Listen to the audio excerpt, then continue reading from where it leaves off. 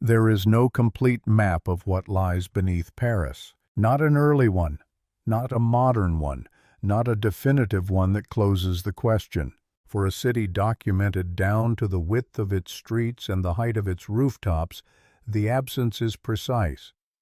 Archives speak of tunnels, of quarries, of ossuaries carved out of necessity. Yet when the records approach scale, how far, how deep, how connected, the language thins, numbers shift, diagrams contradict one another. Certain references simply stop. The consequence of that silence is subtle, but persistent. If the ground below a city cannot be fully described, then the city above rests on something unresolved, a foundation not entirely known, and when foundations are unclear, history itself becomes tentative. Why would a capital so devoted to order, measurement, and classification leave its underside only partially remembered? That question does not demand an answer yet. It merely opens the passage. Paris did not intend to build a city of the dead, at least not at first. The earliest voids beneath its streets were opened for stone, not bones. Limestone drawn out slowly block by block to raise walls, churches, and bridges. What was removed above became space below, an exchange so gradual it barely registered as transformation. Centuries passed before anyone thought to name those hollows as a system. By the 17th century, the ground had begun to fail. Streets collapsed without warning. Houses tilted, then disappeared. Reports from the period describe sudden openings, as if the city had exhaled and forgotten to inhale again.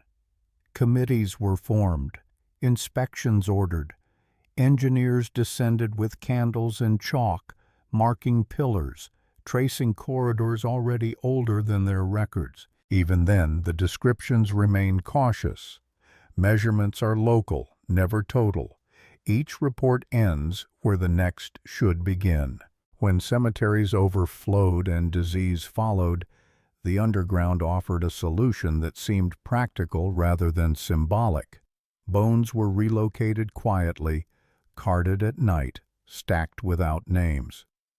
The dead entered a space that had already been emptied of meaning. Or perhaps meaning had been there all along, waiting to be overwritten. What is now remembered as the catacombs was not conceived as a single place. It emerged through decisions made in fragments, responses to crisis, to decay, to urban pressure. No singular author, no unified plan, only accumulation. And yet accumulation can conceal as effectively as it reveals. The ossuaries were arranged with care, skulls aligned, femurs crossed, patterns imposed upon anonymity. Visitors would later call it art or reverence or a lesson in mortality. But arrangement is also a form of control. It decides how the dead are seen and how they are not. Few accounts dwell on what lay beyond the decorated walls. Fewer still question how much of the underground was never adapted for public eyes. By the time official tours existed, restrictions followed. Paths defined, gates locked, maps simplified. What could not be secured was omitted. What could not be explained was declared unstable. Some passages vanished from updated plans. Others were sealed without annotation. A city beneath the city was reduced to a narrative safe enough to walk through in an hour. But voids remain. Engineers know this. So do urban explorers, though their testimonies circulate unofficially, dismissed as exaggeration. Long corridors without markers, chambers without records, sounds that do not behave as expected underground. If the underground is merely infrastructure, why does it resist full disclosure? It is possible that nothing intentional was hidden, That complexity alone overwhelmed documentation. That time erased clarity faster than archivists could preserve it. Yet history shows that forgetting often follows usefulness. When a space no longer serves power, it is left unnamed. When it serves too many questions, it is quietly simplified. The ground beneath Paris carries layers that were never meant to speak. Stone removed to build permanence. Space repurposed to manage death. Memory arranged so it would not wander. Still, the city stands above it all, unaware or pretending to be. Trains pass, foundations hold, the silence continues. And somewhere between what was excavated, what was buried, and what was recorded, another version of Paris remains incomplete, not destroyed, not lost, just waiting beneath the weight of what is remembered. What remains uncertain after the first descent is not what the tunnels are made of, but when they truly began. Official chronology prefers a clean origin. Medieval quarries expanded as the city grew, forgotten, then rediscovered when collapse forced attention. The explanation is sufficient on the surface. Stone was needed. Stone was taken. Space was left behind. And yet, some spaces resist that sequence. Their proportions feel misplaced. Their alignments indifferent to the logic of extraction. They curve where straight lines would have been easier. They widen where structural caution would suggest restraint. The earliest quarry records do not describe beginnings, they describe inheritances. Documents from the 12th and 13th centuries speak of shafts already open, galleries already known to workers whose names never appear. Permissions granted to expand what was there before, not to create anew. The language implies familiarity without origin, as if the underground had been accepted long before it was accounted for. In some sections, tool marks diverge from medieval norms. Chisel patterns differ. Extraction angles suggest techniques that do not match the periods assigned to them. These details rarely enter public summaries, not because they are sensational, but because they are inconvenient. They complicate a timeline that prefers continuity over interruption.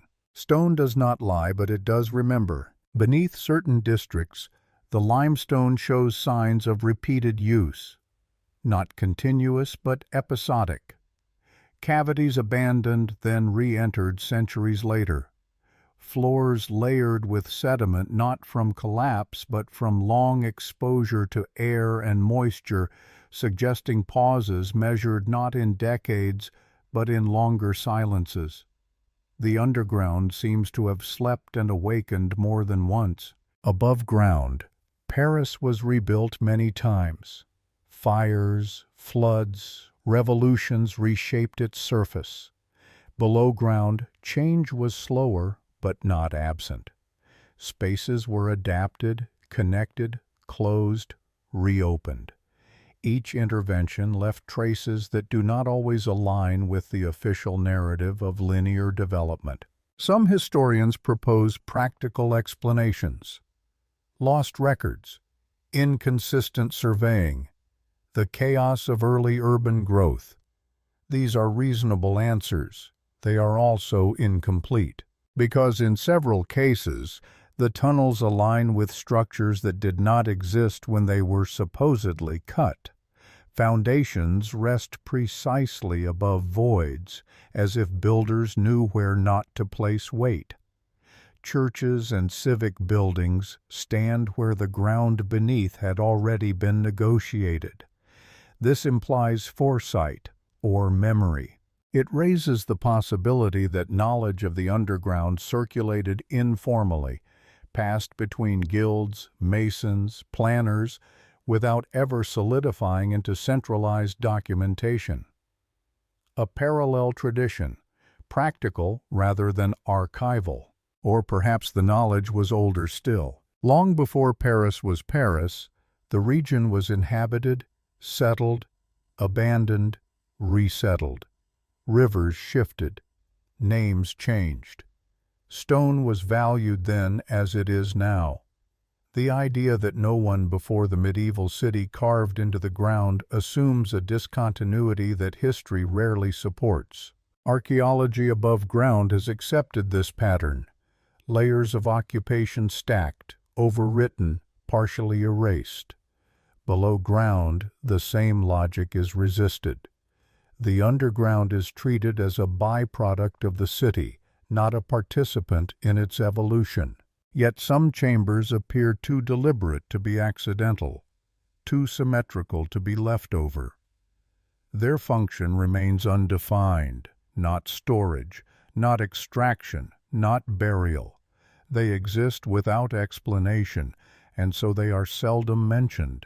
Silence is easier than speculation. During the 19th century, as Paris underwent massive reconstruction, engineers encountered these anomalies again.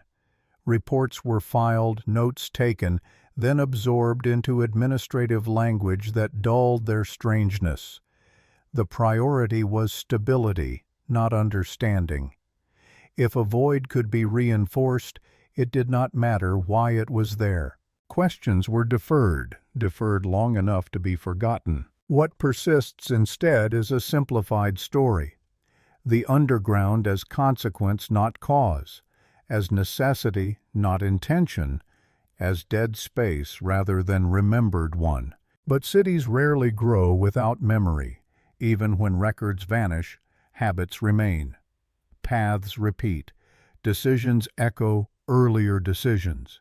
The underground may not tell its story outright, but it shapes the one told above it. If some of these spaces predate the city that claims them, then Paris is not built on empty ground, but on inheritance it never acknowledged, a foundation borrowed, not created. And if that is the case, then the catacombs are not merely repositories of death, but covers placed over something older, something no longer legible. Perhaps that is why origins blur, because origins complicate ownership. It is easier to say the tunnels began when the city needed them. Harder to admit they may have been waiting. The question lingers, unvoiced in official accounts but persistent in the stone itself. When Paris first descended, was it truly the first time anyone had been there? What followed the recognition of these underground spaces was not curiosity but adaptation. Paris did not ask what the voids were meant for. It asked how they could be used. Once stone extraction slowed and instability threatened the streets above, the underground ceased to be an industrial concern and became an administrative one. Spaces were measured not for meaning, but for capacity. How much weight could they bear? How much could be stored? How much could be hidden away from sight? The dead arrived not as guests, but as solutions. Overcrowded cemeteries pressed against the living city. Disease did not respect walls or rituals. Graves reopened themselves through saturation, through pressure, through neglect. What had once been sacred ground became a source of fear. The decision to relocate the remains was framed as sanitation, not symbolism. Bones were removed methodically, stripped of identity in the process. Names did not travel with them. Only volume mattered. Weight, arrangement, efficiency. The underground accepted them without protest. What is rarely emphasized is how seamlessly this transition occurred.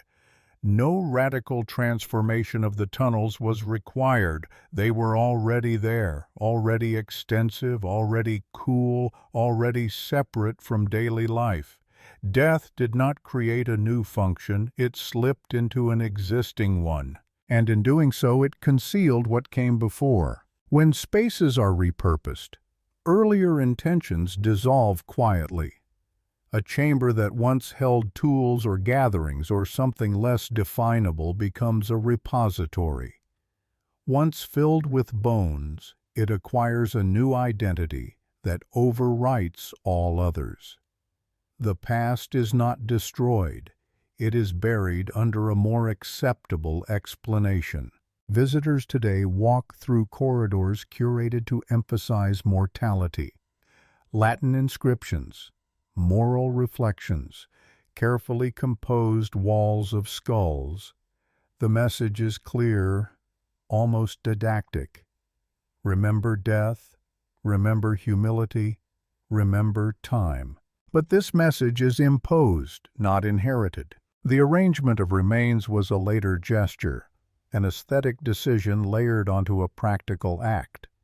It distracts from the rawness of what occurred when thousands of bodies were moved under cover of night, accompanied by priests, guarded by officials, recorded only as quantities. The underground became a buffer between the living city and its excess dead, a space where loss could be managed without ceremony. In this sense, the catacombs function as a membrane.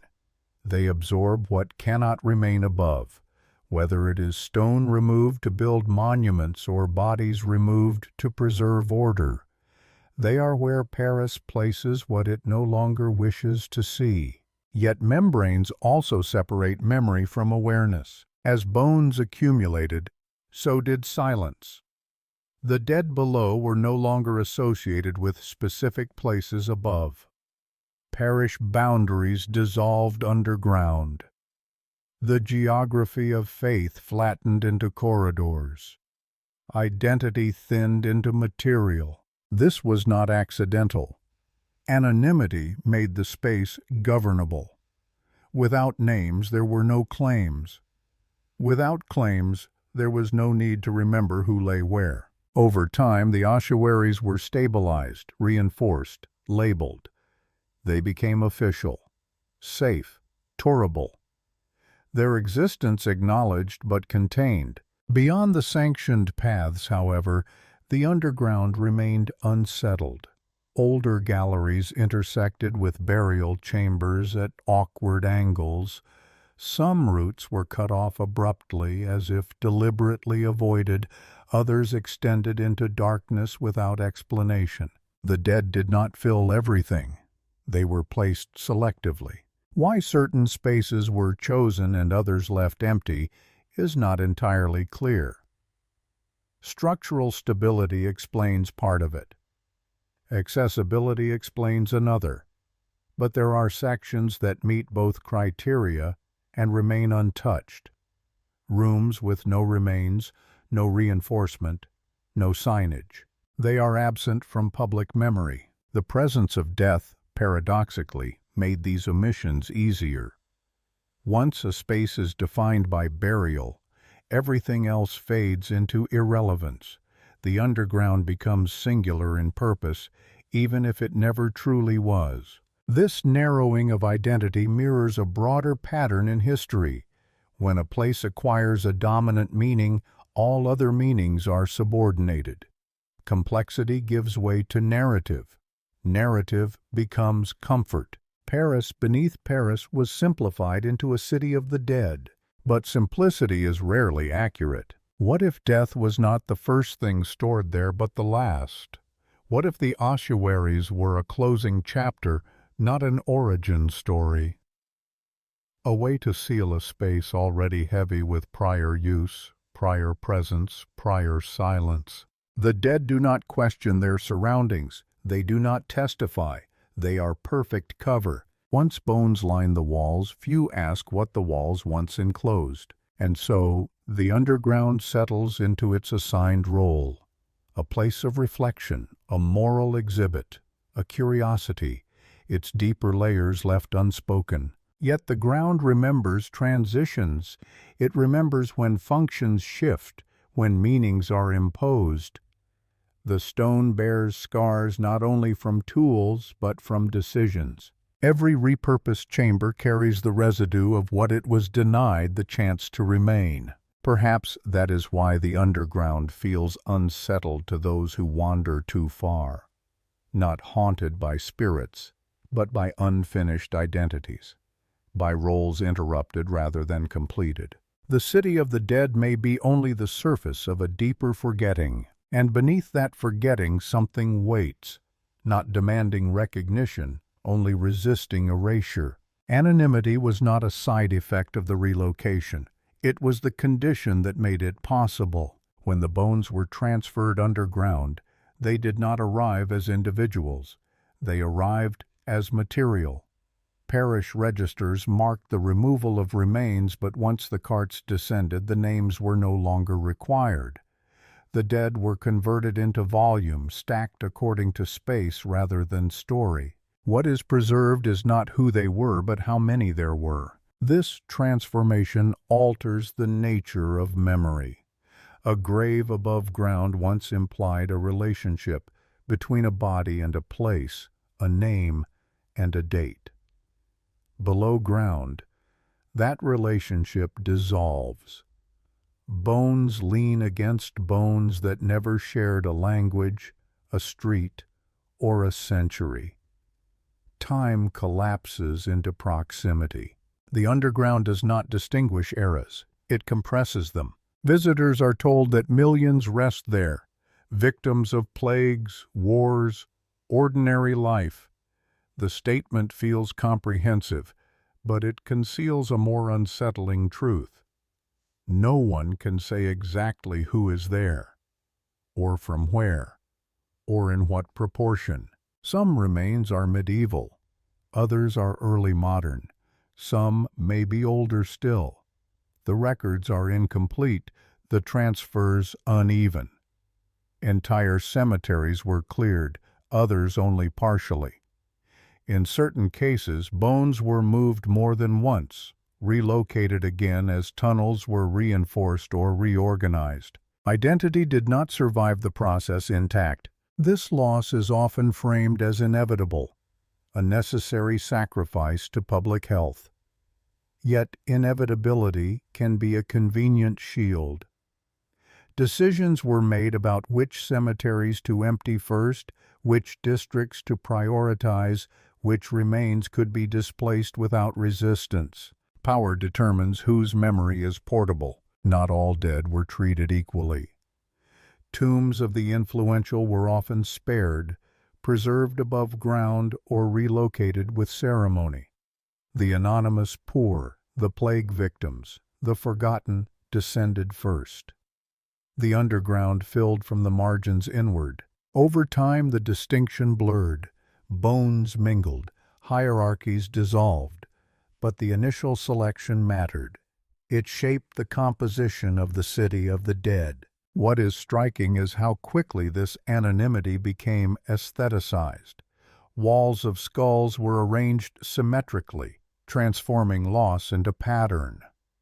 The display invites contemplation, but it also distracts. Beauty replaces inquiry. Order replaces discomfort. The dead become a surface. Behind the decorated facades lie piles of remains left untouched, unarranged, unseen. They are not meant for visitors. They do not teach lessons. They simply occupy space. The contrast suggests intention. Some death is curated, some is concealed. This division mirrors the way history itself is handled. Certain narratives are framed, lit, and explained. Others are left in darkness, deemed unnecessary to understanding the whole. But history is never whole without its absences. The underground's anonymity raises a quiet question. What happens to a society when it severs names from remains? When memory becomes collective but not specific? The dead are remembered in bulk but not as lives. Perhaps this was the goal. Individual memory can provoke grief, claims unrest. Collective memory soothes. It generalizes. It allows the living to move forward without being anchored to particular losses. In this sense, the catacombs function as a device for emotional regulation. They absorb excess memory, reducing it to abstraction. Yet abstraction has consequences. When names vanish, so do responsibilities. Death becomes a condition, not an event. Suffering becomes statistical, not personal. The underground holds not only bones, but the erasure of context. Some scholars have noted inconsistencies in the ossuaries. Bones that do not match the cemeteries they were said to come from, remains that appear out of place chronologically. These observations rarely progress beyond footnotes. They threaten no major narrative, and so they remain peripheral. But peripheral details often indicate central tensions. If some bones cannot be accounted for, it suggests movement outside official processes. Unrecorded transfers, unacknowledged clearances, or uses of the underground not captured in administrative memory. The dead do not protest when misfiled. There is also the matter of what was not moved. Some burial sites remained above ground, even when conditions were dire. Others were emptied completely, leaving no trace. The criteria are not always clear. This unevenness implies discretion, and discretion implies judgment. Judgment exercised quietly leaves few records. In time, the underground ossuaries became symbols. They appeared in art, literature, philosophy. They stood for mortality, equality, the passage of time. These interpretations are not false, but they are partial. They reflect what the space was made to represent, not necessarily what it contains. Symbols simplify, they smooth edges, they turn unresolved histories into metaphors. What lies beneath Paris is often described as a mirror held up to the living city. But mirrors reflect what is placed before them.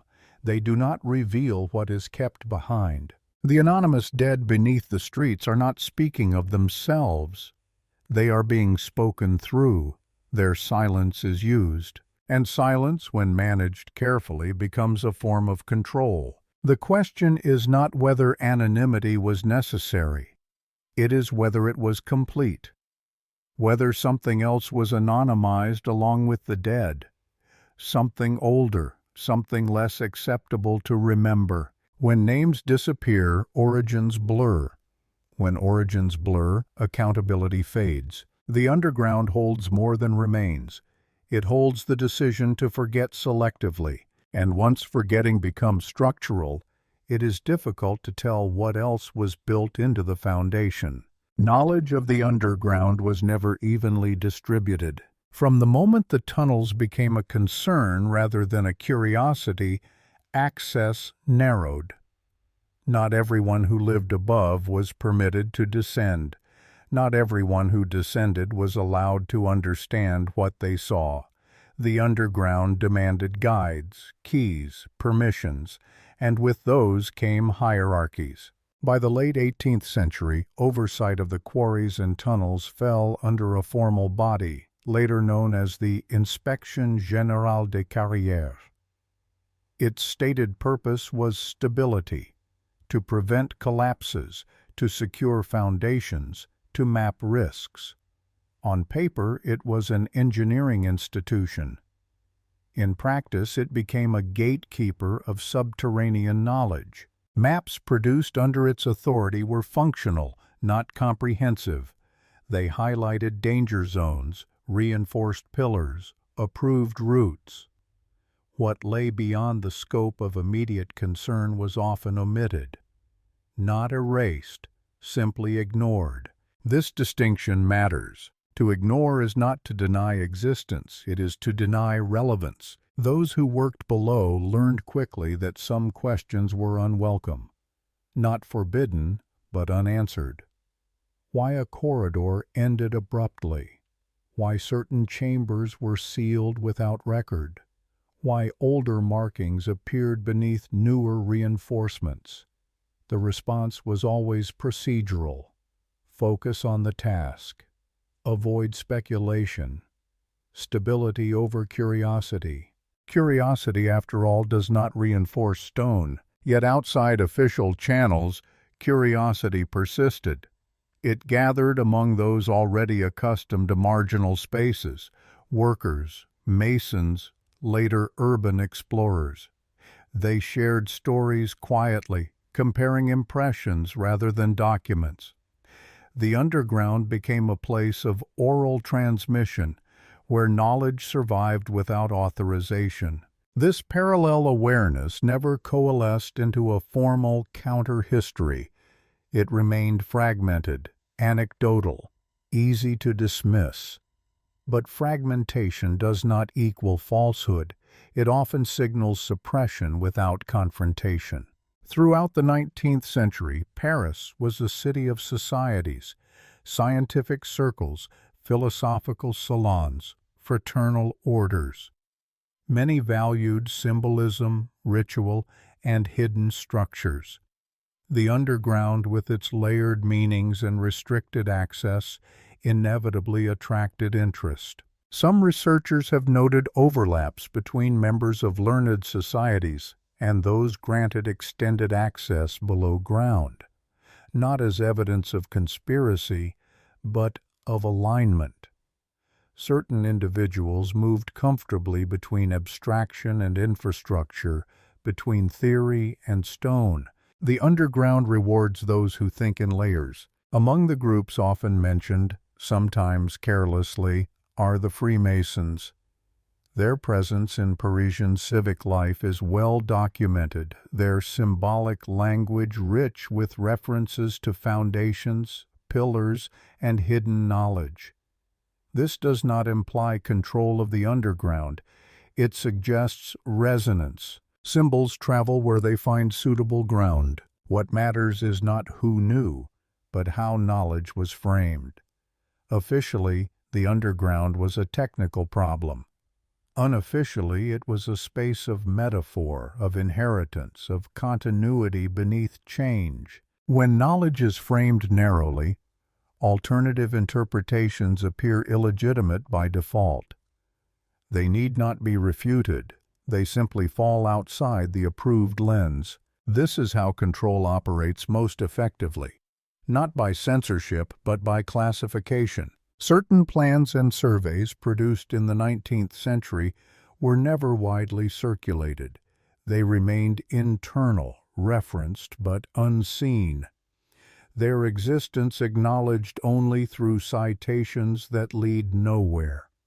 Scholars encounter these absences as gaps in footnotes, references to materials no longer accessible. It is tempting to assume loss, fire, war, neglect. These explanations are plausible. They are also convenient. In other cases, access is possible, but conditional. Archives require credentials. Requests require justification. Justifications are evaluated based on relevance, not curiosity. The underground remains protected not as a secret, but as an asset. Assets are managed, not shared. The result is a stratified understanding of what lies beneath Paris. The public sees the ossuaries. Engineers see risk. Historians see fragments. Only a few ever see intersections between these perspectives. And intersections are where questions form. Why does a city so committed to intellectual openness accept opacity below ground?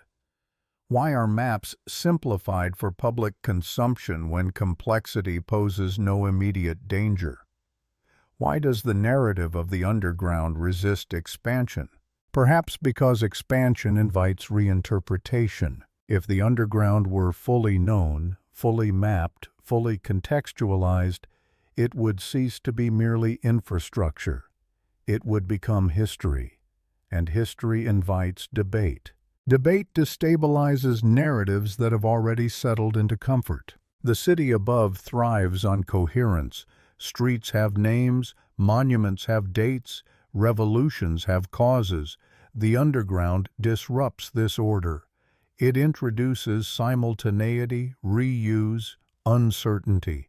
It reveals that the city was not built once but many times, often without remembering itself. To acknowledge this fully would complicate the image Paris presents, to itself and to others. So knowledge is portioned. enough to ensure safety, not enough to provoke reflection. Those who sense this imbalance often describe a subtle tension underground. Not fear, but restraint.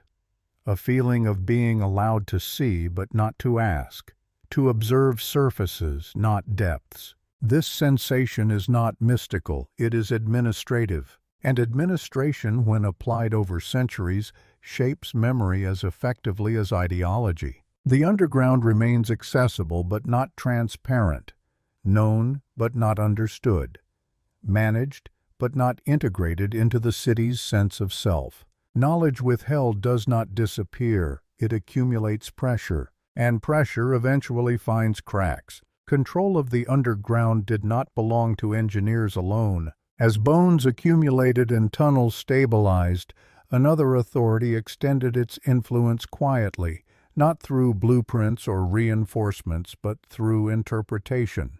The dead, after all, are never neutral. They carry theological weight whether acknowledged or not.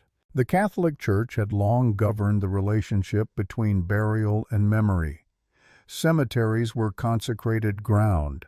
Death was accompanied by ritual, prayer, and location. To remove bodies from their original resting places was not merely logistical, it required moral framing. That framing was provided carefully. Official statements emphasized necessity. Public health overrode custom. Collective safety justified disruption. The Church sanctioned the transfers, blessing the underground spaces after the fact, transforming voids into acceptable receptacles. Once blessed, the tunnels ceased to be profane. They became extensions of sacred ground, albeit unconventional ones. This act resolved potential conflict, but it also redefined the underground's role. What had been an ambiguous space, neither fully civic nor fully sacred, was absorbed into a familiar structure of meaning. Death below Paris was no longer disordered, it was accounted for within doctrine. The city of the dead could be spoken of without unease. Yet doctrine simplifies. It assigns purpose where complexity exists. By framing the underground primarily as an ossuary, other interpretations were quietly displaced. Earlier uses, unclear origins, anomalous spaces became irrelevant to the dominant narrative. They were not denied. They were simply overshadowed. The Church did not need to conceal the underground. It needed only to name it. At the same time, the emerging modern state asserted its own authority. Post-revolutionary France was deeply invested in rational order, measurement, and centralized control. The underground, with its risks and unknowns, required management. This convergence between religious sanction and state administration produced a stable silence. The dead were contained. The tunnels were monitored. The story was settled. But settlement does not equal resolution. The state's involvement emphasized utility. Reinforce here, seal there, publish approved plans, restrict access. The goal was not understanding, but predictability. An unpredictable underground threatened commerce, transport, and governance. Knowledge that could not be operationalized was unnecessary. The Church's involvement emphasized morality. The underground became a reminder of mortality, a lesson in humility. Visitors were encouraged to reflect, not inquire, to accept, not investigate. Between these two frameworks, little space remained for alternative questions. What was lost was not information alone, but the habit of wondering. The underground became something to be respected, not explored, admired, not analyzed. Its meaning stabilized into a symbol rather than a subject. This stabilization was effective. Generations grew up knowing the catacombs as a curiosity, a place of bones and inscriptions. Few imagined it as something incomplete, something still unfolding beneath the narrative. And yet the involvement of authority always leaves traces. Certain sections were designated off-limits not for safety, but for indeterminate reasons. Others were reinforced beyond apparent necessity. Some older markings, symbols, letters, numbers, were left undocumented, neither erased nor explained. These details suggest negotiation rather than clarity. It is unlikely that either church or state possessed full knowledge of the underground. More likely, they encountered the same ambiguities and responded by narrowing focus. Where certainty was unavailable, meaning was imposed. Meaning calms anxiety. The alternative, acknowledging gaps, admitting uncertainty, would have undermined confidence in both spiritual and civic order. A city uncertain of its foundations is a city open to doubt, so doubt was redirected. The underground was framed as finished, its story concluded. What lay beneath was known enough. But known enough for whom? The alliance between religious authority and state administration did not erase the underground's complexity. It merely managed perception. Complexity was relegated to technical reports, marginal notes, restricted files. Over time, even these faded from attention. What remained was a clean division. Above ground, the city of life and progress. Below, the city of death and reflection. A binary that comforted more than it explained. Yet binaries are fragile. They depend on boundaries holding firm, on categories remaining separate. The underground resists this. It blurs distinctions between past and present, sacred and civic, natural and constructed. It reminds unintentionally that order is layered atop older orders, each incomplete. Perhaps that is why both church and state were content to let the underground recede into metaphor. Metaphors do not demand maintenance. They do not collapse streets. But beneath metaphor, stone persists. And stone remembers every role it has been asked to play. The silence surrounding the deeper questions of the underground was not enforced through force, but through alignment. When institutions agree on what something means, alternative meanings wither quietly. Still, agreement does not equal truth. The ground beneath Paris continues to hold spaces that do not fit comfortably into the sanctioned story. They are not dangerous, they are simply unexplained.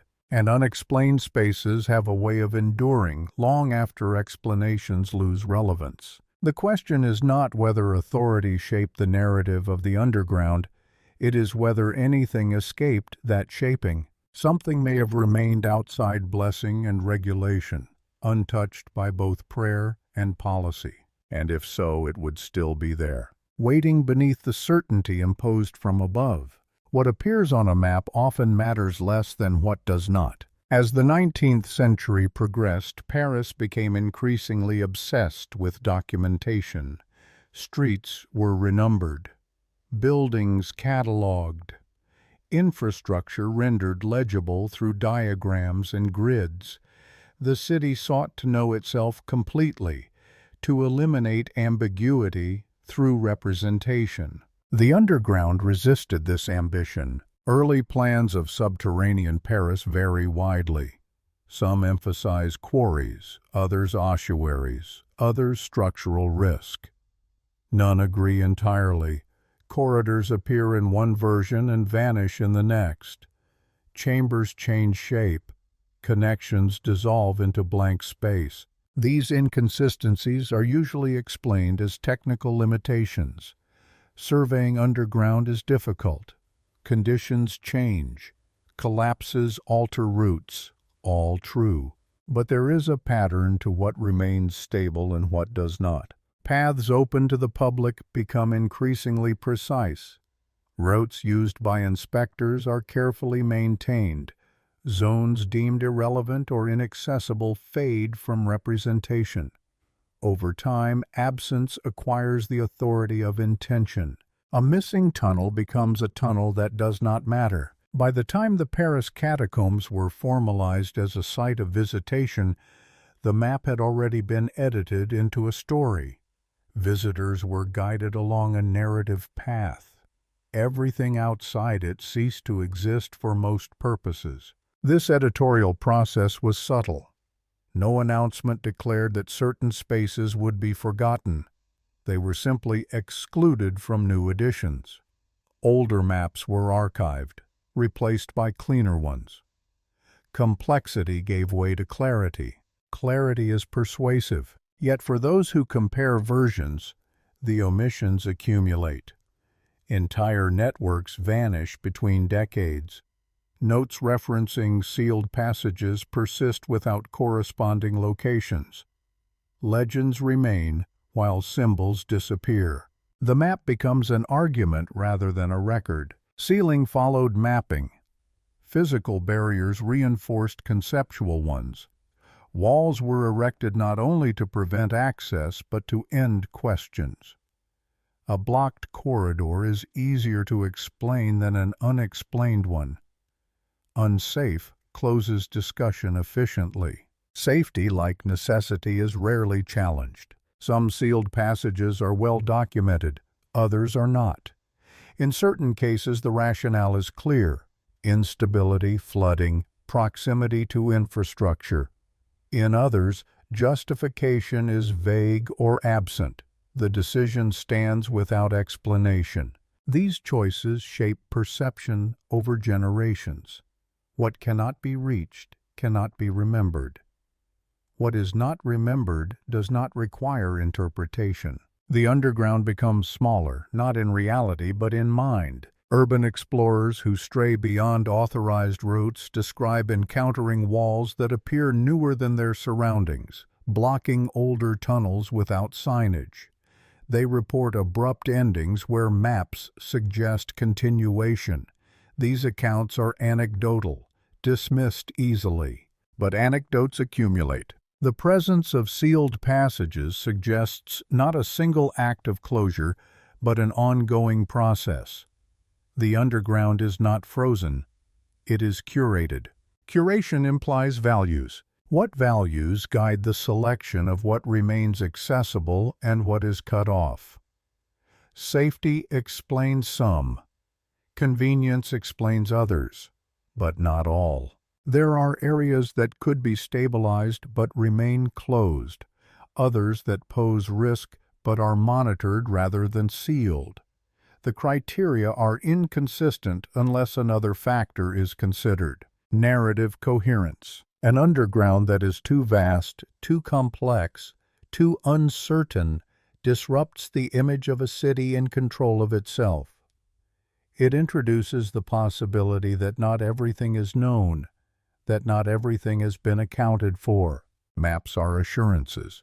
They promise that someone has been there, measured, decided.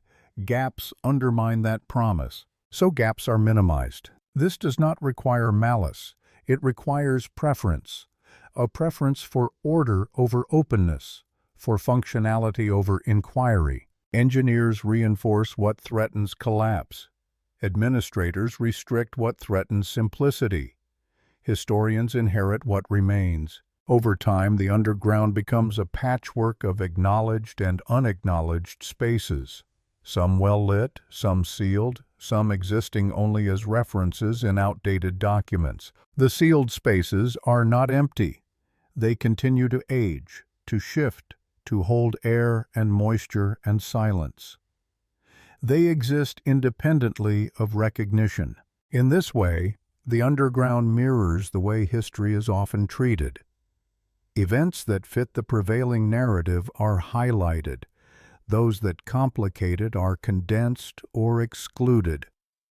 The result is not falsehood, but incompleteness. Incompleteness becomes invisible when it is normalized. The idea that a city might not fully know its underside is unsettling. It suggests limits to control, to knowledge, to continuity. Better to believe that what is not shown is unimportant. But importance is not determined by visibility. Some of the sealed passages may connect to nothing of consequence. Others may lead to chambers that raise questions with no clear answers. The difference matters less than the act of sealing itself. Sealing is a decision to stop asking. The underground, once dynamic and open-ended, is gradually fixed into a manageable shape. Its complexity reduced to a manageable legend, its unknowns converted into non-issues. Yet the city above continues to change. New lines are dug, new foundations laid. Each intervention risks intersecting something forgotten. Occasionally, construction crews encounter voids not on their plans. Work halts, inspections resume. Temporary attention returns to the underground's unpredictability. Then it recedes again. The pattern repeats: discovery, assessment, containment, forgetting. This cycle suggests that the underground is not fully integrated into the city's self-understanding. It is treated as an externality beneath an internal space. But nothing beneath the city is truly external. What is sealed today may be reopened tomorrow, not by intention, but by necessity. Pressure builds where memory has been blocked. The maps say one thing, the ground says another, and between them lies the quiet tension of a city that has learned to live above what it prefers not to fully see. The question that remains unasked is simple, and therefore uncomfortable. How much of the underground is unknown, not because it is dangerous, but because it does not fit? Sound behaves differently underground. It does not travel forward so much as it returns. Footsteps echo back before the body has time to move on. Voices flatten, then stretch, then dissolve into something less recognizable. In certain corridors, a whisper carries farther than a shout. In others, it disappears entirely, as if absorbed by the stone. This inconsistency unsettles those who expect physics to behave predictably. Engineers note the effect in passing: curvature, humidity, material density, all factors that influence acoustics. The explanations are adequate, but they do not fully account for the experience of being disoriented by one's own presence. Time, too, behaves strangely below ground. Without light, without wind, without familiar markers, minutes lose their texture. The body continues, but the mind drifts. Direction becomes negotiable. Distance loses urgency. Many who descend describe a sense of suspension, as if the underground exists slightly outside the city's rhythm. This sensation is often dismissed as psychological. Claustrophobia, suggestibility, the weight of history pressing inward. These explanations are not wrong, but they do not exhaust the phenomenon. There are chambers where sound gathers, where even small movements seem amplified, others where silence feels deliberate, heavy, as if constructed rather than accidental. These qualities suggest not randomness, but design, or at least selection. In ancient architecture above ground, acoustics were often intentional. Temples, theaters, ritual spaces were shaped to carry voice, chant, or resonance. Sound was not decoration, it was function. The question arises quietly: could any part of the underground have been shaped with sound in mind?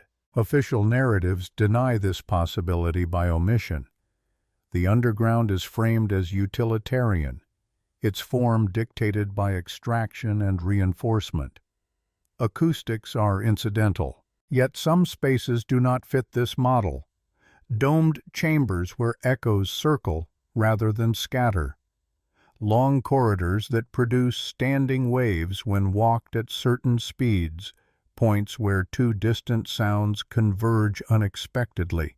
These features are rarely mapped, rarely studied. They are encountered accidentally, described anecdotally, then forgotten. Sound leaves no trace. Those who linger underground long enough report subtle effects, heightened awareness, altered sense of scale, difficulty judging distance. Again, psychology offers explanations. Isolation amplifies perception. Darkness sharpens hearing. But the persistence of similar reports across individuals suggests that the environment contributes actively. The underground does not merely contain bodies. It contains air that has moved through the same passages for centuries, air that has learned the shape of the stone. Sound rides this memory. In some traditions, resonance is associated with gathering, with instruction, with transition. Places where sound behaves unusually are often marked as thresholds, spaces between functions. If such ideas influenced the shaping of any underground chambers, they left no written record, or the records did not survive. What remains is experience without explanation. The modern visitor moves quickly, guided, informed. The pace discourages listening. Silence is framed as reverence, not investigation. Sound becomes background, but those who stray, who pause, who remain still long enough for the space to respond, notice differences. A dropped object produces multiple returns. A breath seems to move away, then come back altered. The underground appears to register presence, not just host it. This impression is unsettling because it suggests interaction rather than emptiness. If the underground were merely dead space, sound would behave uniformly. It would reflect, decay, obey expectation. Instead, it surprises. Surprise invites interpretation. Some have speculated that these acoustic properties are accidental byproducts of quarrying. Others suggest they result from later modifications, reinforcements that altered airflow and resonance. Both explanations are plausible. Neither explains why certain chambers were left in configurations that maximized these effects, while others were reshaped into stability. The selection again appears uneven. It is possible that sound mattered once, even if it does not now. That spaces were chosen or preserved because of how they responded, not how they looked. If so, the later introduction of bones would have masked this function completely. Sound does not compete well with spectacle. Walls of skulls draw the eye, not the ear. The underground's acoustic memory would fade behind its visual narrative. There is also the matter of reports, never formalized, of low-frequency vibrations felt rather than heard. Sensations described as pressure, or movement, or distant machinery where none exists. These accounts are easy to dismiss, and so they are. But dismissal does not equal resolution. The underground is intersected by modern infrastructure. Trains pass above and below, water moves, the city hums, vibrations travel through stone, carried unpredictably. Yet some sensations are reported in areas far from these sources. Again, speculation leads nowhere official. Perhaps the most telling detail is how little attention sound receives in underground documentation. Structural integrity is measured, air quality monitored, water ingress tracked. Sound is ignored unless it signals collapse. This selective attention reflects values. What threatens safety is recorded. What alters experience is not. Experience, after all, cannot be regulated easily. The underground's resistance to interpretation may stem partly from this experiential dimension. It cannot be fully captured by maps or plans because it is not static, it responds. A space that responds invites relationship. Relationship invites memory. Memory invites questions. It is simpler to treat the underground as inert. Yet inertia is an illusion. Stone shifts, air moves, sound circulates, time accumulates. The city above listens to itself constantly. Traffic, voices, music. Below, listening is optional and therefore rare. Those who do listen sometimes leave unsettled, not because they heard something specific, but because they sensed that the space itself was not passive. If the underground once served purposes beyond storage and burial, sound would have been essential. Communication, coordination, ritual, all rely on it. No evidence confirms this, no document describes such use. But absence of evidence, as history repeatedly demonstrates, often reflects absence of attention. The underground does not speak in words, it speaks in response. The question is whether anyone was meant to hear it, and if they were, why that hearing was allowed to fade into silence. What does not appear in reports often survives in voices, not official voices, not sanctioned ones, but those that speak briefly, inconsistently, and without expectation of being believed. The underground has always generated such voices.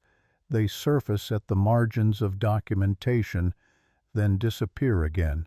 Among them are the workers, quarrymen, maintenance crews, inspectors, utility laborers, people whose relationship to the underground is not symbolic, but habitual. They do not descend seeking meaning. They descend to do what needs to be done, and in doing so, they notice what others overlook. Their accounts are rarely written. When they are, they appear as asides, comments made in interviews about safety or routine, a corridor longer than expected, a chamber not on the plan, a marker that does not correspond to any known phase of construction. These remarks are not framed as mysteries. They are practical observations, delivered without drama.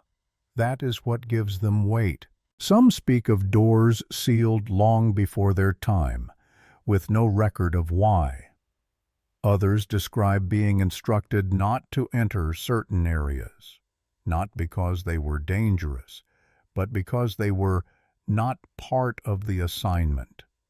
The distinction matters. Danger invites explanation, irrelevance does not. Then there are the explorers, unauthorized, often anonymous, moving through the underground without permission, without maps they can trust. They rely on memory, on chalk marks, on shared stories passed quietly between those who return. They are dismissed easily, labeled thrill seekers or vandals. Yet their accounts, when compared, reveal consistencies. Descriptions of chambers untouched by reinforcement, of inscriptions unlike those in known ossuaries, of spaces that feel unfinished or abandoned mid-purpose. These testimonies circulate informally. Online forums, private conversations. They resist consolidation, and so they resist scrutiny. But fragmentation does not imply invention. Some explorers describe encountering traces of activity that do not align with known uses. Ash where no fire should have burned. Tools not associated with quarrying or burial. Arrangements that suggest gathering rather than storage. Such details are anecdotal. They cannot be verified easily. They also cannot be fully dismissed. The underground encourages exaggeration, but it also preserves traces longer than the surface ever could. Occasionally, these voices intersect with authority. When explorers are detained, questioned, fined, their experiences briefly enter official space. Statements are taken, items confiscated, warnings issued. The focus is always on trespass, never on content. What was seen is irrelevant.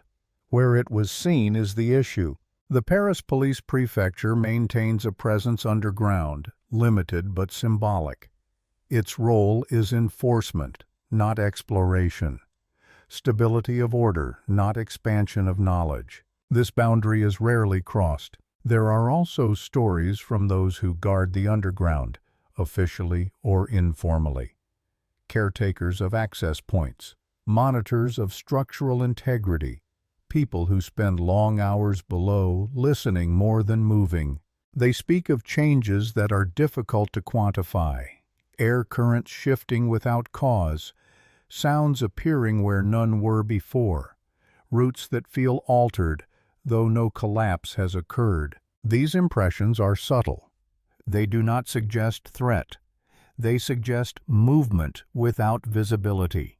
Time underground does not announce itself clearly. Perhaps the most unsettling testimonies concern absence rather than presence.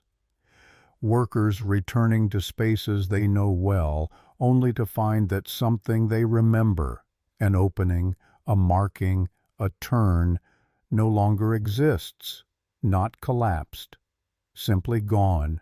Memory is unreliable, of course. The underground disorients. But when multiple individuals describe similar discrepancies independently, doubt enters the explanation. Is the underground changing? Or is understanding of it incomplete enough to produce the illusion of change? Some suggest that undocumented sealing continues quietly, without public record.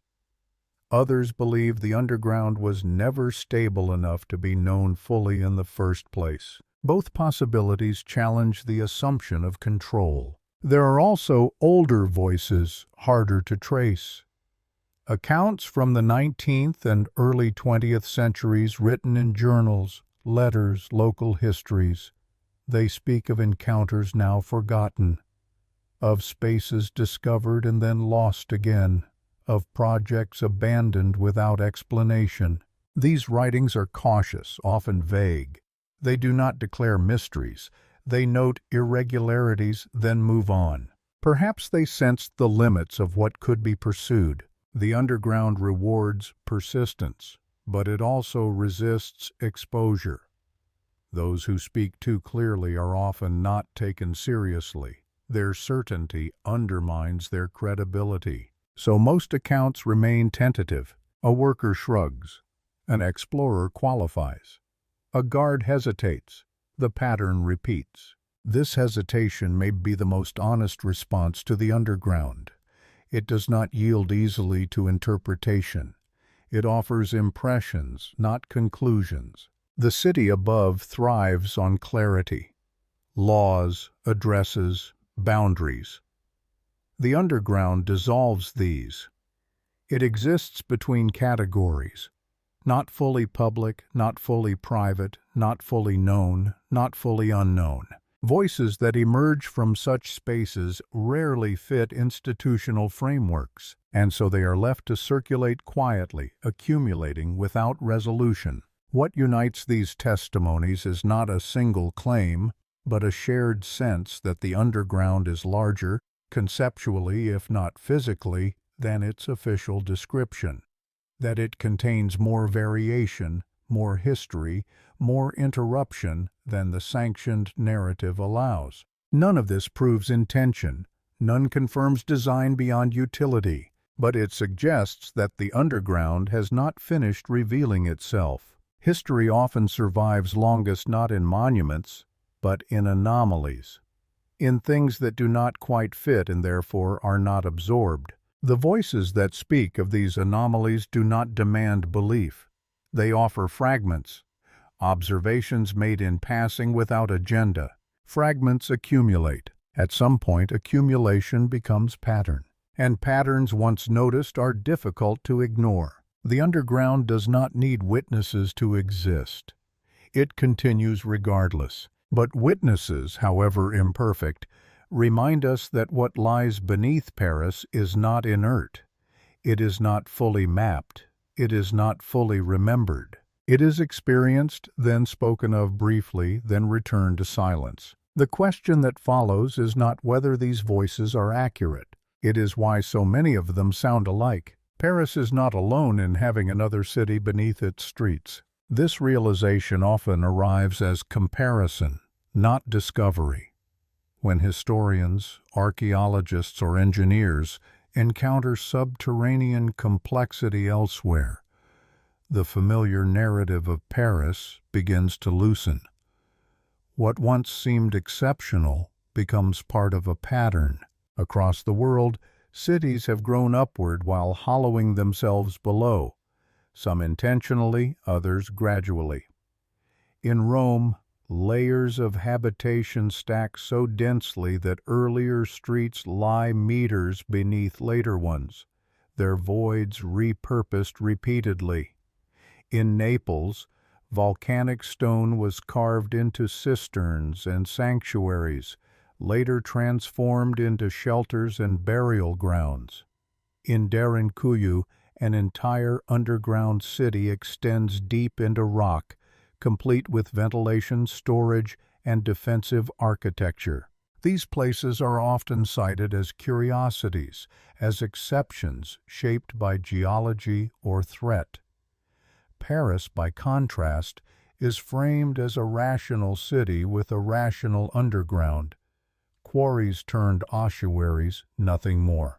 Yet when viewed alongside these examples, that distinction weakens. What these subterranean cities share is not function but process. Each began as response to scarcity, to danger, to growth. Over time, response hardened into structure. Structure accumulated meaning. Meaning outlived original purpose. In many cases, later generations forgot why spaces existed, only that they did. Paris fits this pattern more closely than it admits. The difference lies in narrative control. In Rome or Naples, the underground's complexity is acknowledged as historical inheritance. In Paris, it is reduced to necessity. The city prefers to see itself as deliberate, designed, modern, even in retrospect. Acknowledging a layered underground would challenge that self-image. Comparisons also reveal something else: the tendency to repurpose subterranean space for the management of populations, living or dead. In times of crisis, underground spaces absorb what the surface cannot: refugees, supplies, rituals, remains. The underground becomes a pressure valve. In Edinburgh, abandoned streets were sealed and built over, their former residents erased from memory. In Istanbul, cisterns once vital to survival faded into obscurity when water systems modernized. The pattern repeats: use, neglect, rediscovery, reinterpretation. Paris follows this rhythm but insists on a shorter memory. One reason may be continuity. Unlike cities devastated and rebuilt entirely, Paris experienced transformation without total rupture. Its underground evolved alongside it, never abandoned long enough to be mythologized openly. Myth requires distance. Instead, Paris inherited an underground that was always present, always inconvenient, always partially known.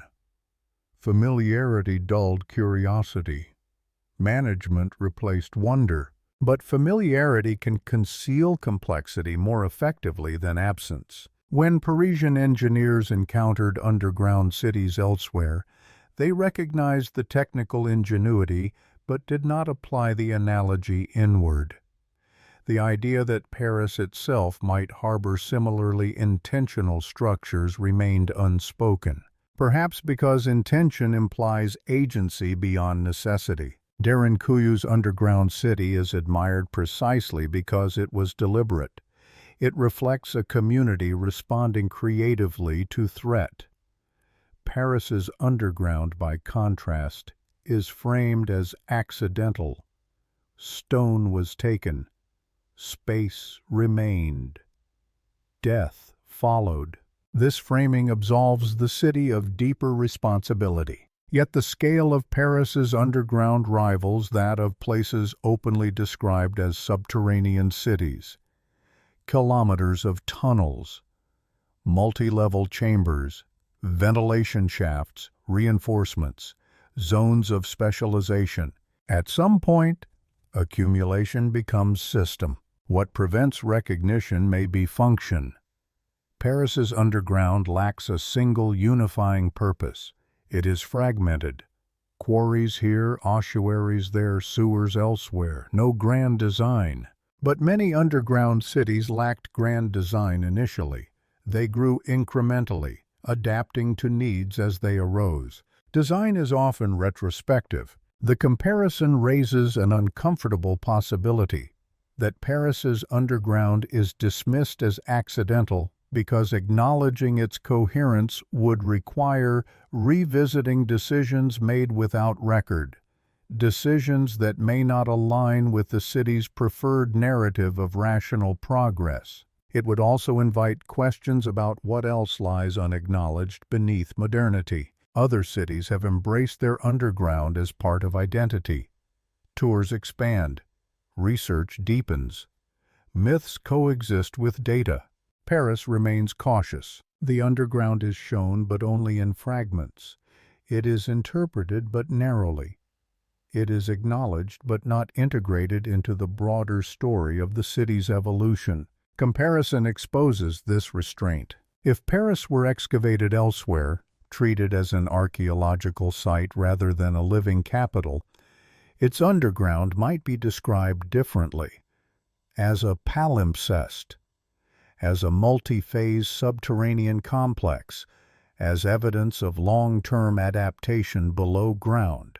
But Paris excavates others, not itself. This asymmetry reveals a blind spot.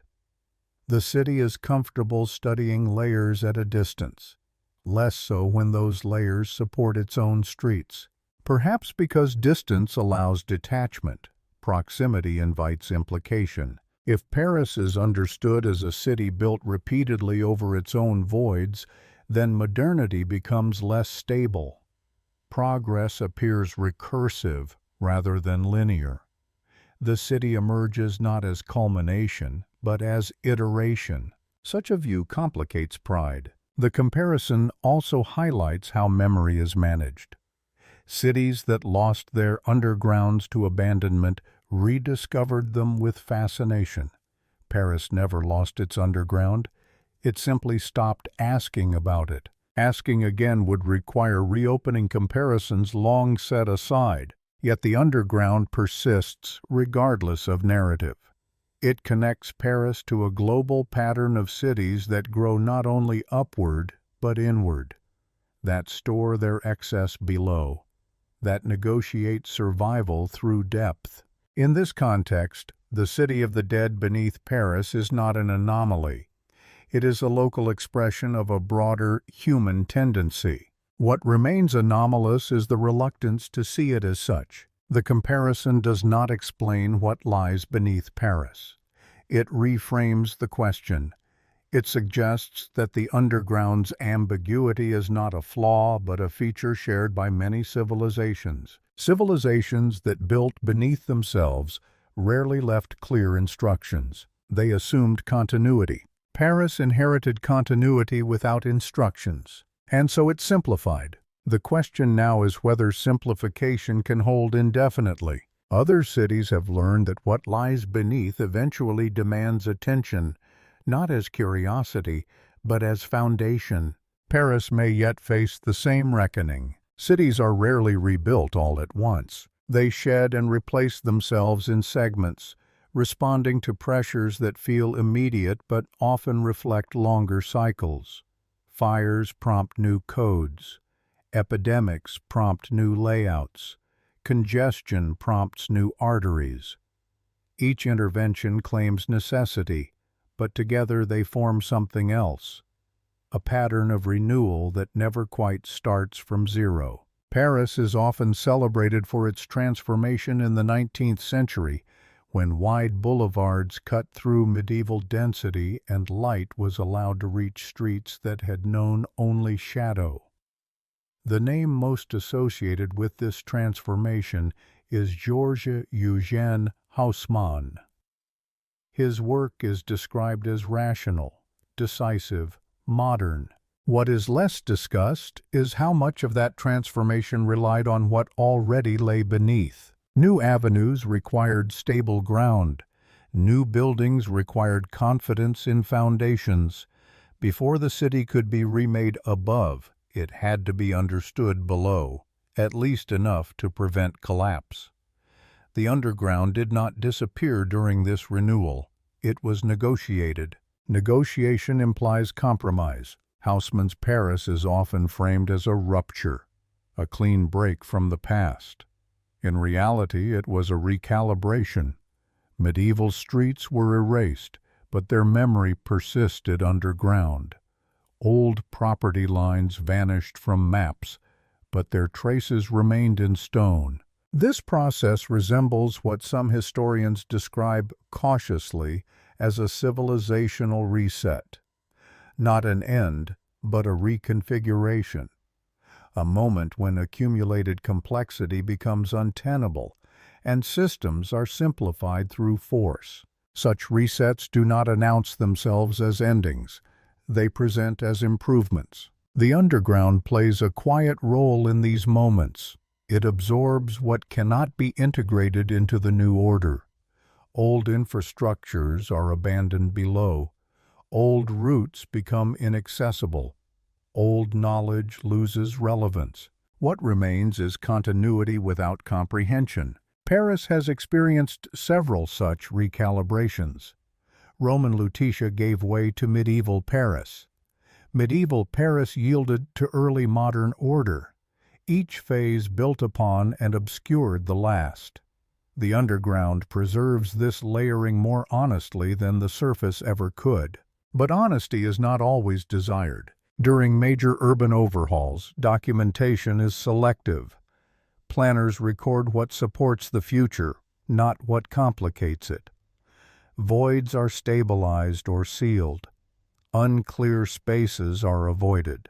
The goal is not to recover the past, but to secure the present. In this context, the underground becomes a stabilizing residue of previous worlds. It holds remnants that no longer fit. Not because they are useless, but because they belong to a different configuration of life. The idea of a reset does not require catastrophe. It can occur through policy, through redesign, through the steady accumulation of decisions that render old systems obsolete.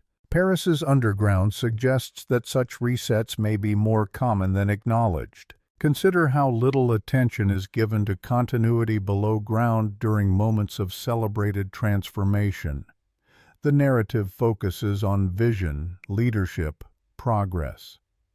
The underground appears only as a technical challenge, not as historical inheritance.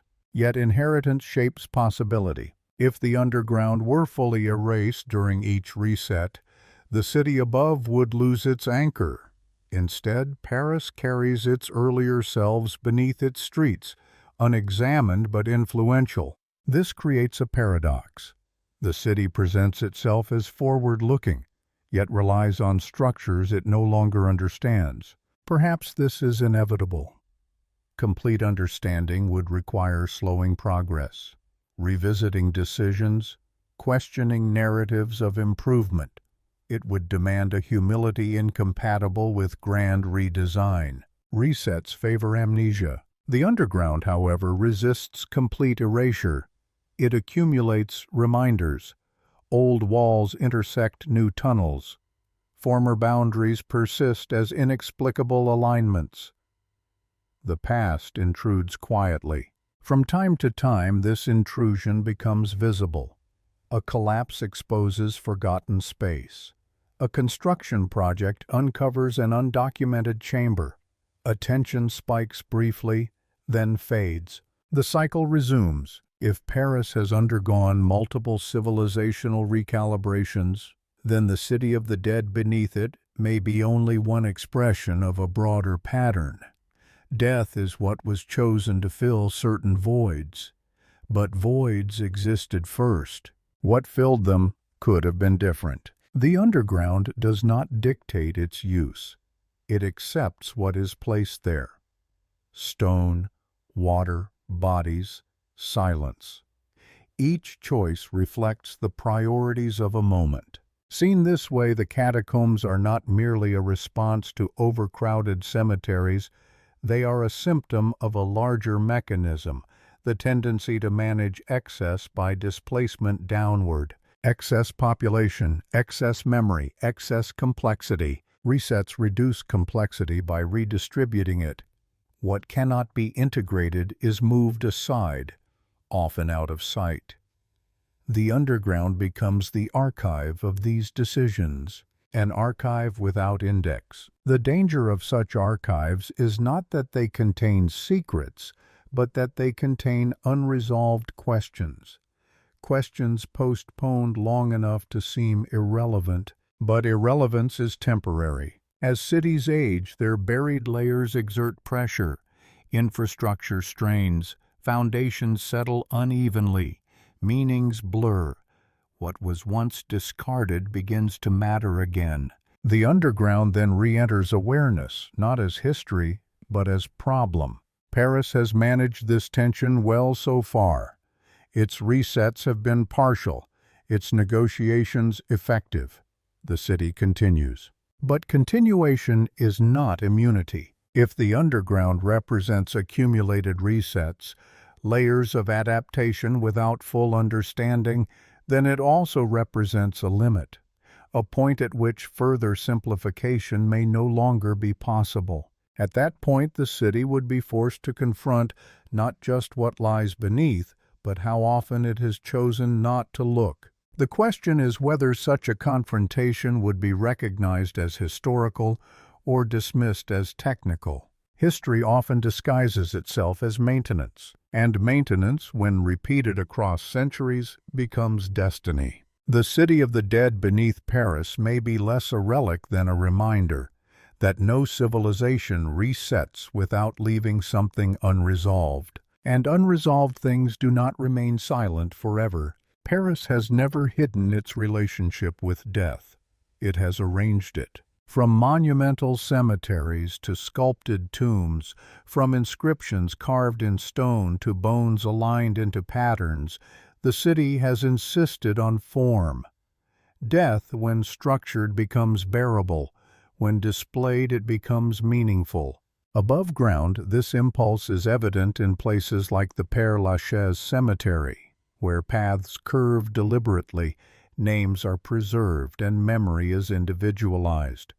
Below ground, the same impulse takes another shape. There, death is not personalized. It is composed. Composition implies intention. The walls of bones in the underground are not accidental stacks. They are choices made long after the bodies had decomposed. Someone decided where skulls should face, how femurs should cross, what phrases should accompany them. Someone curated the dead. This curation transformed chaos into message. The message, repeated often, is humility, mortality, equality, the leveling force of time. These ideas are familiar, comforting even. They suggest that in death distinctions dissolve. But this framing obscures another reality. The act of arranging death is itself an assertion of control. It imposes order where disorder once existed. It replaces lived complexity with symbolic clarity. The underground became a gallery of mortality. Galleries select what is seen and what is stored away. Behind the walls of skulls lie piles of remains untouched by aesthetic intervention. No inscriptions, no symmetry, no lesson offered. These areas are rarely shown, rarely discussed. They do not fit the narrative. The distinction reveals priorities.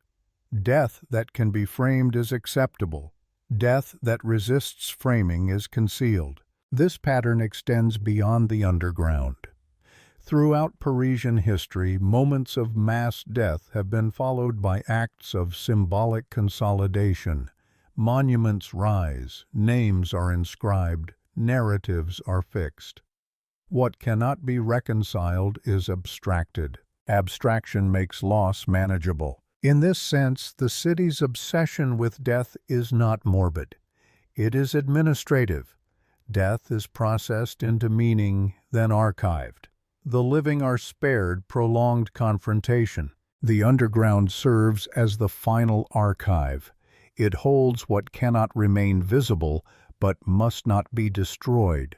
Bones are preserved, but their stories are not. Preservation without context is a form of erasure. The city's relationship with memory operates similarly. Events are commemorated selectively. Some are revisited annually, others fade quietly. The criteria are rarely explicit, but they are consistent. What reinforces identity is remembered. What complicates it is minimized. The underground complicates identity profoundly. It suggests that the city is built not only on triumphs and ideas, but on accumulation, displacement, and forgetting. It reveals that order often follows crisis, not foresight.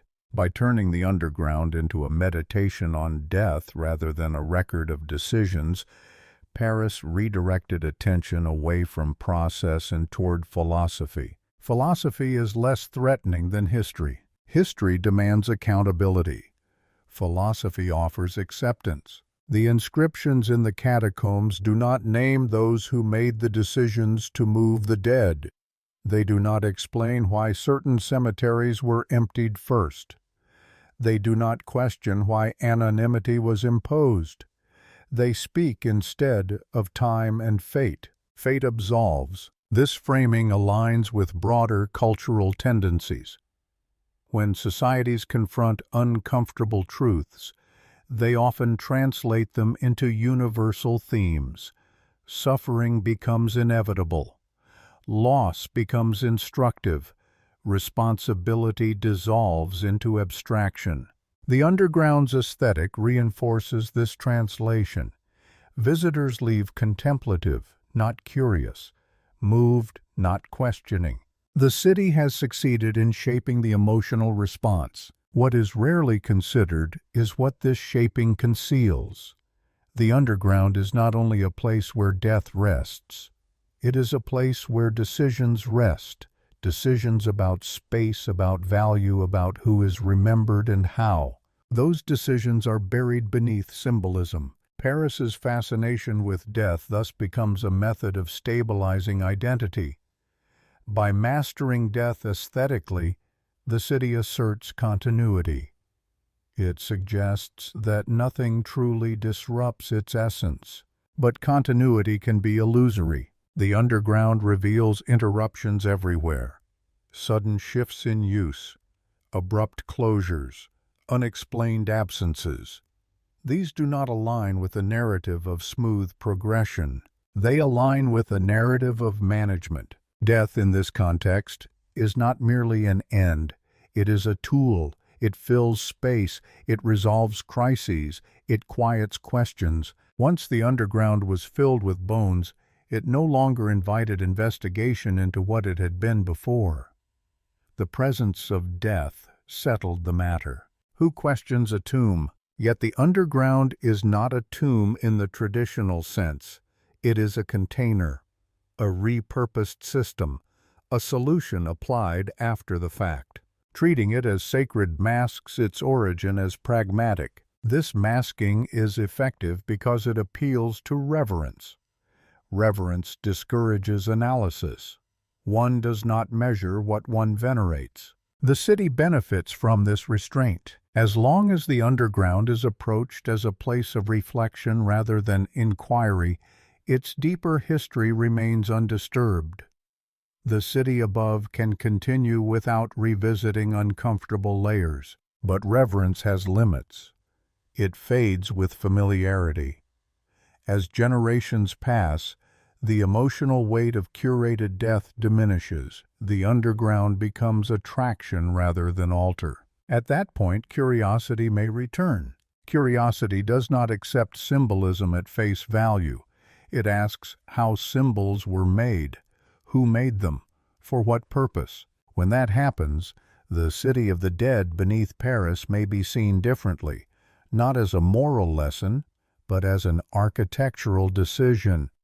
Not as fate, but as response. and responses can be evaluated. The question that emerges then is not about death itself, but about why death was chosen as the final layer, why bones were used to seal a system that might otherwise have remained ambiguous. What was made easier by that choice? Perhaps the city sensed that ambiguity would not endure, that unanswered questions would persist unless covered by something unquestionable.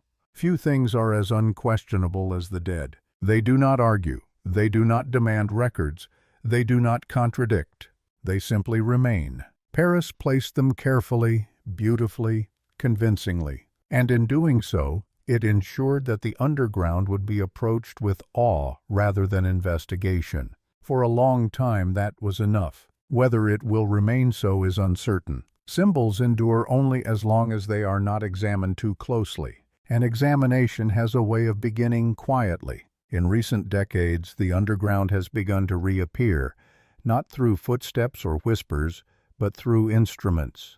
Technology does not descend with reverence, it measures. Ground-penetrating radar, seismic imaging, three-dimensional modeling.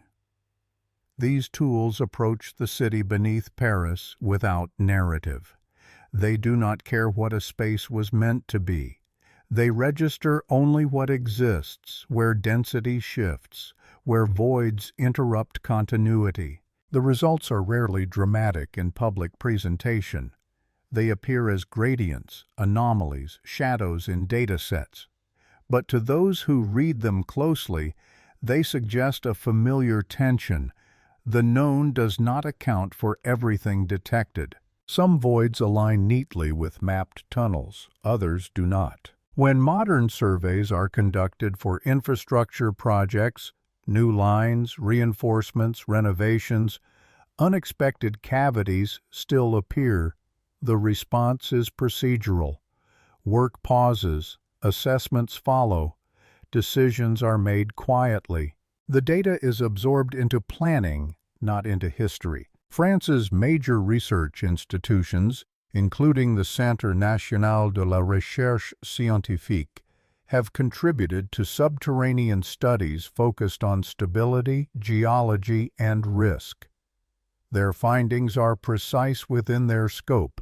They are not tasked with reconstructing narrative. Science answers questions it is asked, and the questions asked of the underground remain narrowly defined. How stable is this zone? How will it respond to load? How does moisture travel through this layer? These are necessary concerns. They are also incomplete. What lies between map tunnels is often treated as statistical noise unless it poses immediate risk. Small cavities, irregular chambers, ambiguous formations, these are noted, not explored. Exploration requires justification beyond safety. The irony is that technology now has the capacity to reveal the underground more fully than ever before. It can visualize layers without excavation. It can model space without entering it. The barriers that once limited knowledge, darkness, distance, danger, have weakened. What remains is restraint. Restraint is not imposed by limitation but by relevance. Knowledge must serve a purpose to be pursued, and the purpose assigned to the underground remains utilitarian. There is also the issue of interpretation. Data does not explain itself. An anomaly requires context. Without historical framework, it remains an abstraction, a shape without story. Bringing history into this interpretation would require interdisciplinary effort. Engineers, archaeologists, historians, urban theorists working together.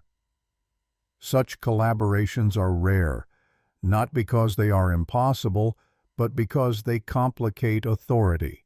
Who would own the conclusions? The underground resists single-discipline narratives. It exists at the intersection of geology, architecture, sociology, and memory. No single field can claim it fully. This resistance may explain why technological advances have not translated into public reinterpretation. The data exists, but it floats without narrative anchor. Occasionally, a study hints at something more. A report mentions unexpected voids beneath districts with no recorded quarrying. A scan reveals continuity where maps suggest separation. These hints do not provoke inquiry, they are folded into margins. Margins are safe places for uncertainty. The same pattern appears in archaeological contexts. Excavations above ground sometimes encounter access points leading downward, only to be sealed again once documented. The priority is preservation, not pursuit. Preservation of what exactly is rarely specified. One explanation is caution. Opening the underground to deeper investigation risks destabilization, not just physically, but conceptually. If new narratives emerge, they may challenge long-held assumptions about the city's development. Assumptions are foundational. Challenging them requires willingness to revise identity. Modern Paris is invested in continuity. Its story emphasizes evolution, not interruption. The underground suggests interruption everywhere. Technology has not erased this tension, it has sharpened it. The more precisely the underground is measured, the clearer its incompleteness becomes. Gaps are no longer matters of speculation. They are visible in data. Yet visibility does not guarantee acknowledgement. The city absorbs technological insight the way it absorbs infrastructure, selectively, pragmatically. What serves present needs is retained. What does not is archived. Archives, however, are not neutral. They accumulate unresolved questions alongside resolved ones. There is also a cultural hesitation at play. Technology carries authority, but it also carries responsibility. Revealing complexity invites explanation. Explanation invites debate. Debate invites uncertainty. Uncertainty does not align easily with governance, so the underground remains partially revealed, partially obscured, known enough to manage, not enough to reinterpret. This state of partial knowledge may be deliberate, or it may be habitual. After centuries of treating the underground as support rather than subject, the habit persists. But habits can change. As technology becomes more accessible, as independent researchers gain tools once reserved for institutions, the underground may begin to speak differently. Data may circulate beyond official channels. Patterns may be noticed without permission. When that happens, interpretation will no longer be centralized. The underground does not require authority to exist. It only requires attention to be understood. Attention is beginning to shift. Not dramatically, not loudly. In the quiet accumulation of scans, reports, anomalies, in the slow realization that what was once dismissed as marginal is structurally significant. The city beneath Paris is no longer invisible. It is visible enough to be unsettling. What remains uncertain is how much visibility is enough to force reconsideration. How many anomalies must align before they are no longer ignored? Technology has opened the door. It has not decided whether anyone should walk through. That decision belongs not to machines, but to those who interpret their silence. And silence, when measured precisely, becomes difficult to dismiss. Memory does not vanish all at once. It thins. In cities, this thinning is gradual enough to feel natural. Streets are renamed, buildings are repurposed, functions change while forms remain. What once carried meaning becomes background, then texture, then silence. Paris above ground manages this process elegantly. Its history is curated through plaques, museums, anniversaries. Memory is framed, timed, guided. Visitors are told where to look and for how long. Below ground, memory thins without ceremony. The underground does not receive plaques. Its passages are rarely renamed. When a space loses relevance, it does not disappear. It simply ceases to be spoken of. Over time, this absence hardens into assumption. Assumption replaces knowledge. The most profound effect of this process is not ignorance, but confidence. The confidence that what is known is sufficient, that what remains unknown is either trivial or impossible to know. This confidence shapes collective memory more powerfully than denial ever could. When a city forgets its foundations, it does not feel the loss immediately. Life continues. Buildings stand. Systems function. Forgetting appears harmless, but forgetting changes how a city understands itself. Paris tells its story as a sequence of visible moments: Roman origins, medieval growth, revolutionary rupture, modern refinement. Each layer is acknowledged, celebrated, integrated into a coherent arc. The underground complicates this arc. It suggests simultaneity rather than sequence. Old and new occupying the same vertical line. Decisions layered without erasure. Functions overlapping rather than replacing one another. This kind of history is difficult to narrate. It resists climax. It offers no clear turning points, so it is minimized. Collective memory favors clarity. It prefers stories that move forward. The underground insists on depth. Depth disrupts momentum. When depth is ignored, the surface gains authority. What is visible becomes what matters. What is invisible becomes optional. The city of the dead beneath Paris is visible only in fragments. Those fragments are carefully contextualized.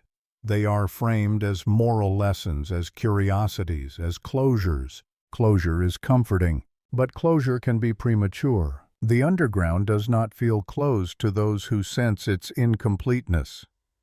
To them, it feels paused, as if something was interrupted and never resumed. This impression does not require belief in hidden chambers or lost civilizations. It arises simply from inconsistency, from the sense that use changed without explanation, that narratives narrowed without necessity. Cities often forget not because they choose to, but because remembering becomes inconvenient. Convenience shapes memory as effectively as ideology. To fully integrate the underground into Paris's collective memory would require acknowledging that the city did not always know what it was doing, that decisions were made reactively, that some outcomes were unintended. This acknowledgement would not diminish Paris, it would humanize it. But humanization undermines myth. Myth thrives on inevitability. It presents the city as unfolding according to logic, vision, destiny. The underground introduces contingency. It shows how much was improvised, how often solutions were temporary, how many layers were left unresolved. Myth prefers clean foundations. The underground offers fractured ones. As long as the underground remains peripheral, the myth holds. The city can present itself as coherent, legible, complete. Yet cracks appear when memory thins too far. Modern Paris faces pressures its planners could not have anticipated. Climate shifts, infrastructure strain, population density. Each pressure forces renewed engagement with what lies beneath. Every new tunnel intersects old ones. Every new foundation negotiates inherited voids. The past reasserts itself materially. Material reassertion invites conceptual reckoning. When the underground becomes a constraint rather than a curiosity, it demands attention. Attention leads to questions. Questions lead to reinterpretation. Reinterpretation threatens established memory. This tension is already visible in subtle ways. Debates about preservation versus development, Concerns over undocumented voids, discussions about transparency in urban planning. These debates rarely reference history explicitly. They speak the language of safety, efficiency, sustainability. But beneath that language lies a deeper unease, the sense that the city does not fully understand what supports it. Understanding foundations is not only an engineering concern, it is a cultural one. A city that does not know its foundations cannot fully know itself. The underground holds more than stone and bone. It holds evidence of how the city has responded to crisis, how it has managed excess, how it has chosen what to remember and what to forget. These choices accumulate character. Paris's character is often described as confident, layered, resilient. The underground confirms this, but also complicates it. It reveals fragility alongside resilience, improvisation alongside planning. Acknowledging this duality would require expanding collective memory beyond curated narratives. Expansion is uncomfortable. It requires accepting that not everything fits neatly, that some questions remain open, that some spaces resist interpretation. The underground thrives on this resistance. Perhaps that is why it has endured so long without full integration. It offers no final story. It cannot be summarized easily. It refuses to become background entirely. For those willing to listen, it suggests a different relationship with history, one that accepts partial knowledge, layered truth, and unresolved tension. Such a relationship does not produce monuments. It produces awareness. Awareness, unlike myth, does not guarantee comfort. The city above continues to function without this awareness. It may continue to do so for a long time, but function is not the same as understanding. Understanding requires willingness to descend, not physically, but conceptually, to ask not only what lies beneath, but why it was allowed to remain there without explanation. The thinning of memory is reversible, but only through effort. It requires retrieving fragments, comparing inconsistencies, resisting simplification. It requires patience. The underground has waited centuries. It does not demand urgency. It remains where it is, bearing weight, holding silence, shaping outcomes quietly. Whether Paris chooses to thicken its memory again is uncertain. Cities, like individuals, often prefer coherence to truth, but coherence built on forgetting has limits. At some point, what is forgotten begins to press upward, not as revelation, but as strain. The question is not whether the underground will be remembered. It is whether remembrance will arrive before pressure does. What remains beneath Paris does not ask to be uncovered. It does not signal distress. It does not collapse on cue. It does not announce revelation. It simply persists, carrying the accumulated weight of decisions made without full awareness of their long-term shape. This persistence is often mistaken for passivity, but endurance is not neutrality. The underground has shaped Paris as surely as the Seine, as quietly as gravity. Every street above negotiates with what lies below. Every monument rests on compromises with stone that was removed, space that was left, voids that were repurposed. The city walks on agreement rather than certainty. Seen this way, the city of the dead is not an aberration. It is a visible layer in a much deeper structure of accommodation. Bones fill space that once held something else. That something else filled space that once held stone. Stone was removed to build what now stands above. Each layer solves a problem and creates another. The danger is not that Paris has an underground city. The danger is believing that this city is finished, defined, understood. Finality is a tempting illusion. The underground resists finality by its nature. It changes slowly, but it changes. Water seeps, air moves, stone shifts. Decisions made centuries ago interact with technologies introduced decades ago. The past is not static below ground, it is active, though quietly so. What makes this unsettling is not mystery but proximity. Unlike distant ruins, the underground is here. It supports daily life without being acknowledged as participant. Participation without recognition creates imbalance. If the underground were merely dead space, it could be ignored safely. But it is not dead. It breathes through ventilation shafts. It transmits vibration. It absorbs pressure. It remembers use. Memory, even without consciousness, influences outcome. The city above has grown accustomed to treating the underground as solved. A problem addressed, a space contained, a story told. This confidence allows expansion without reflection. But expansion amplifies consequences. Every new project relies on inherited assumptions about what lies beneath. Assumptions that are sometimes wrong. When they fail, the response is technical. Reinforce, reroute, seal, move on.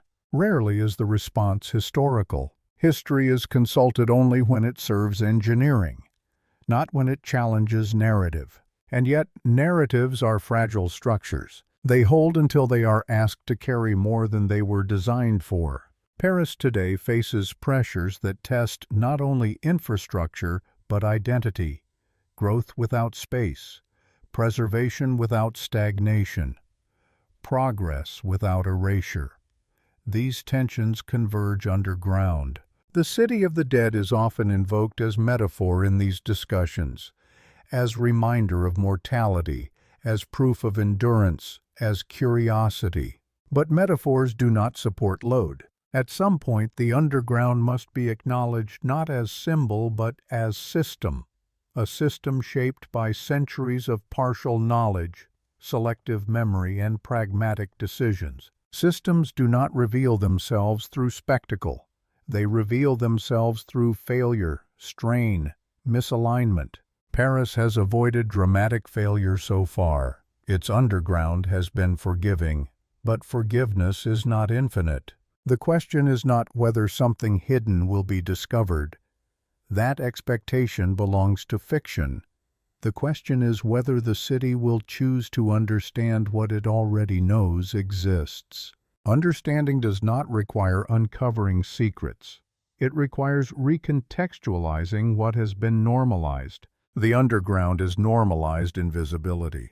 To reconsider it would mean admitting that parts of the city's foundation were never fully understood, only managed.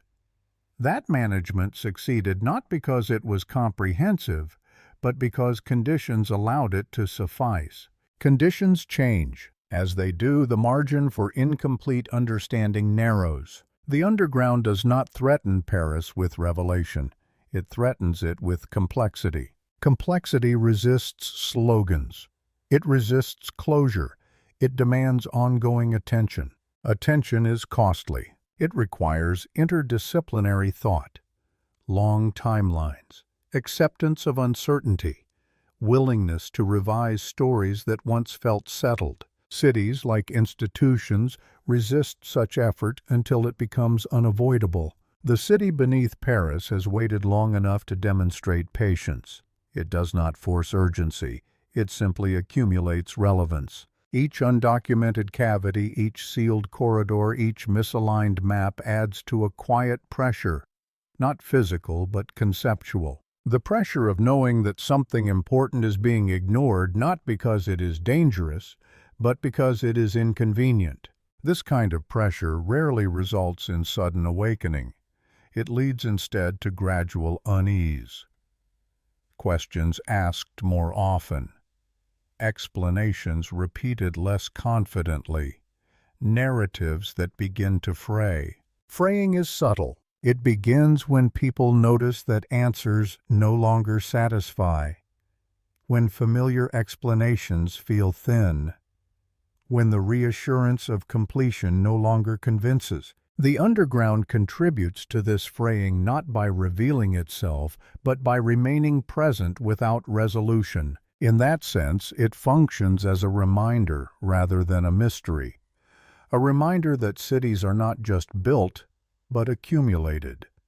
That order is often temporary.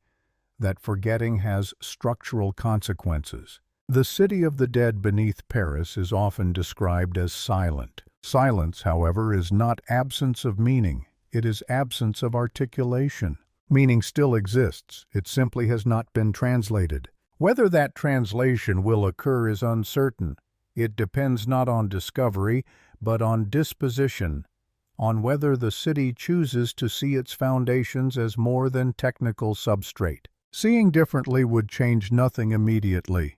Streets would remain, buildings would stand, life would continue.